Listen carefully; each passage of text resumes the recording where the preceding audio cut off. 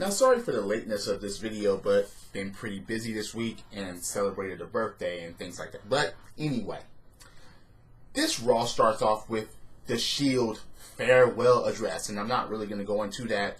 Of course, this is about Dean Ambrose not renewing his contract and blah, blah, blah, blah, blah. Hugs and blah, blah, blah, blah, blah. Shield. But then it goes on to Rollins and Heyman, who comes out.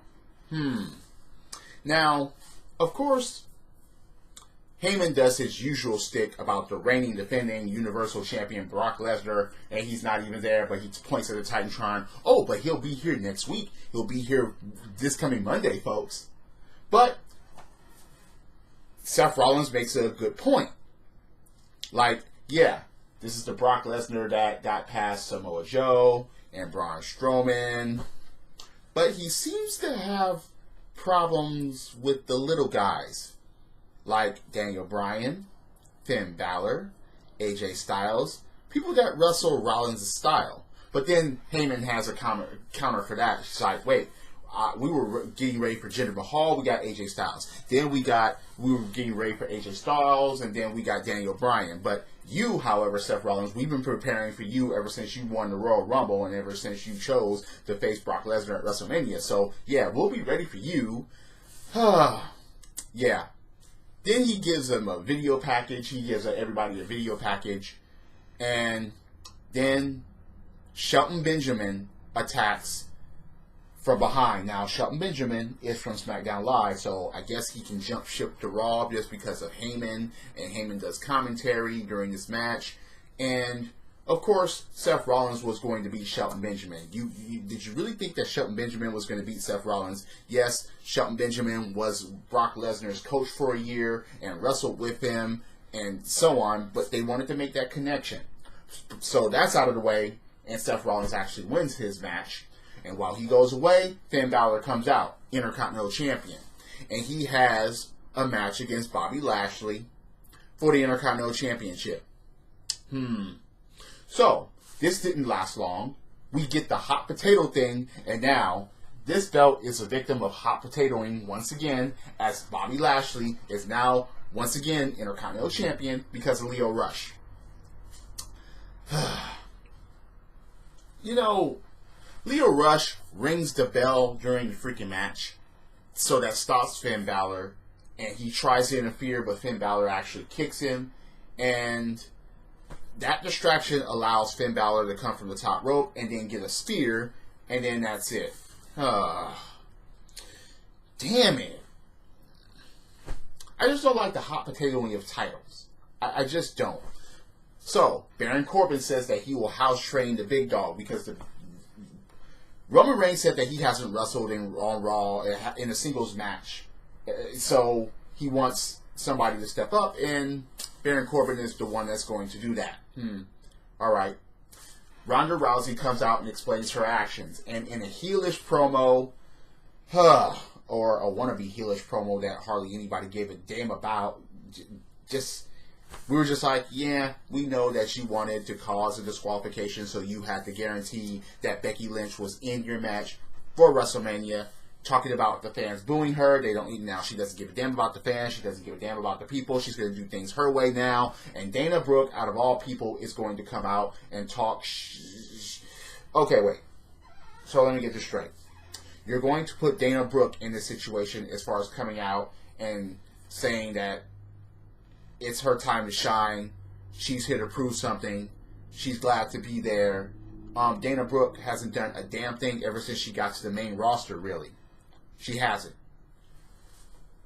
And she didn't do anything here because Ronda Rousey actually destroys her. Now, it's funny how she was like, yeah, after a pay-per-view, you issue open challenge, so I'm here now and I'm accepting your challenge. But there was no match. Ronda Rousey just absolutely destroys Dana Brooke. But then again, who thought that Dana Brooke was going to have a chance anyway because of the way that she's been booked? Speaking of which, of being booked in a certain way, Aleister Black and Ricochet versus Bobby Roode and Chad Gable. Aleister Black and Ricochet once again beat Bobby Roode and Chad Gable. So, I don't know. Just, anyway. Alexa Bliss will be hosting WrestleMania. Anybody really care about that? I don't. I don't give a damn about that. Oh, but before even that happens, the Revival attack Ricochet and Aleister Black in the aisle and just will run away like thieves in the night because Bobby Roode and Chad Gable were coming up the aisle. So, Alexa Bliss not wrestling. I get it. Look, I guess her injury is pretty severe if she's not going to be wrestling, or they have no one for her to wrestle against because the women's division hasn't been really a damn thing for singles competition as of late. They're just focusing on Ronda Rousey, Damon, and Charlotte Flair. Oh, and Asuka on SmackDown, but she's not really doing anything at all, so, alright. Braun Strowman gets a gift from SNL's Michael and Colin, and it's a car that he can't even fit in, and even Braun Strowman's like, look, I can't even fit in here. And he destroys the car, ripping things apart, and he says that in New York at WrestleMania, Michael and Colin are going to get these hands. Oh, yeah. Elias, No Way Jose, segment, garbage. No Way Jose comes out with his Congo line, different hairdo, and gets the drift away onto the ramp. Of course, Elias was there to put even his hometown down, because he's from Pittsburgh, Pennsylvania, so, oh well. Harlem Heat goes to the Hall of Fame. So Booker T, along with Shawn Michaels and Ric Flair, are going to be two-time Hall of Famers. I would have thought that the NWO were going to get that two-time Hall of Fame as well, but I guess that's not going to happen just yet. Oh well. Anyway, Nia Jax against Natalya happens, and wait a minute. Was there a disqualification, or was this a no contest because Beth Phoenix actually hit the ring? Well, Beth Phoenix was brought out by Natalya, and Beth Phoenix gets in the ring and attacks Nia Jax, and then fends off Tamina. And it's like, can't we just set up the match already? Beth Phoenix against Nia Jax, the Glamazon versus the Irresistible Force, quote unquote. Can't we just set that up already?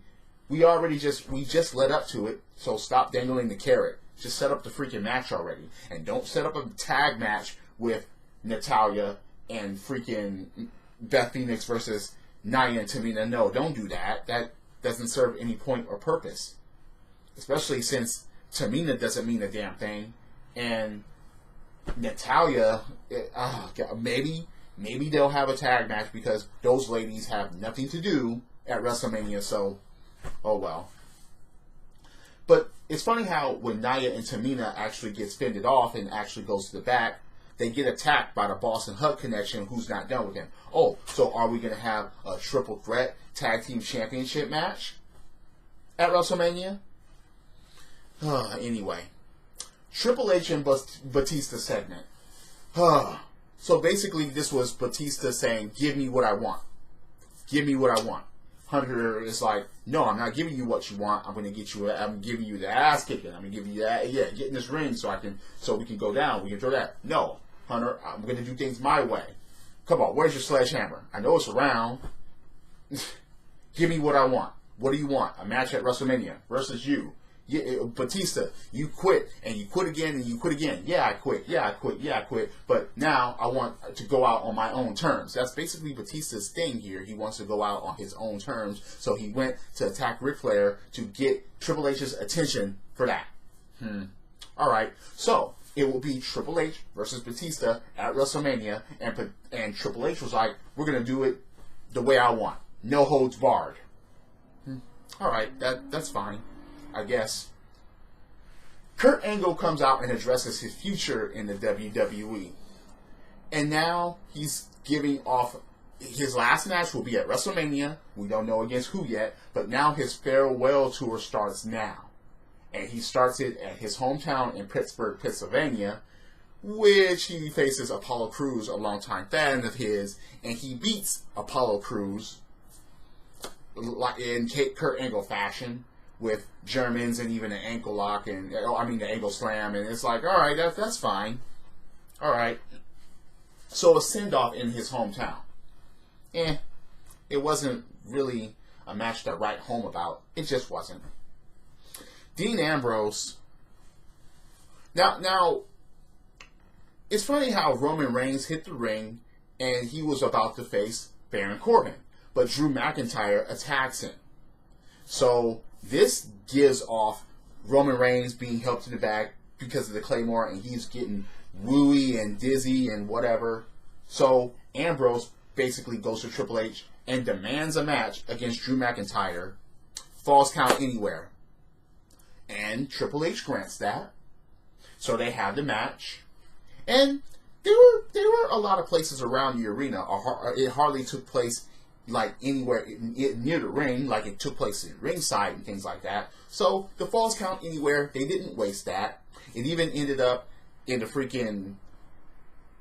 top of the ramp and on an announcer's table. And that's when Drew McIntyre actually took over by sticking a pencil in Dean Ambrose and ramming him against the top of the stage at the LED lights, puts him inside of a railing, and then gives him a Claymore when Ambrose was stuck there and actually pins him. Ambrose actually gets up afterwards, after the match is all over, and he all wobbly, and then gets another Claymore for good measure. So Drew McIntyre is the one that stands tall at the end of Raw. I guess. Seth Rollins was attending Roman Reigns, which was in the back and licking his wounds or whatever. So much for Baron Corbin going to tame the big dog this week, or house train him or whatever. But that was Monday Night Raw, and I'm just like, yeah, it wasn't really a damn thing after the freaking Fastlane pay-per-view that they really touched on. But except the Shield giving their farewell address, which really didn't mean anything to me. It just doesn't. I'm sorry. But do you agree or disagree with my assessment of the show? Do you think I'm full of shit? Please comment below. Hit that like button, hit subscribe if you're on YouTube. Ring that bell for notifications. This is the road to WrestleMania? Seriously? With Triple H nosing his way into another WrestleMania match? I don't know. If you're on Apple's iTunes or on Spreaker.com listening to this, once again, thank you for following along. Drop kicks, body slams, throwing motherfuckers over the top rope, both feet hitting the floor. Yes, I'm a wrestling fan. This is the theme, and the theme is go. Credits.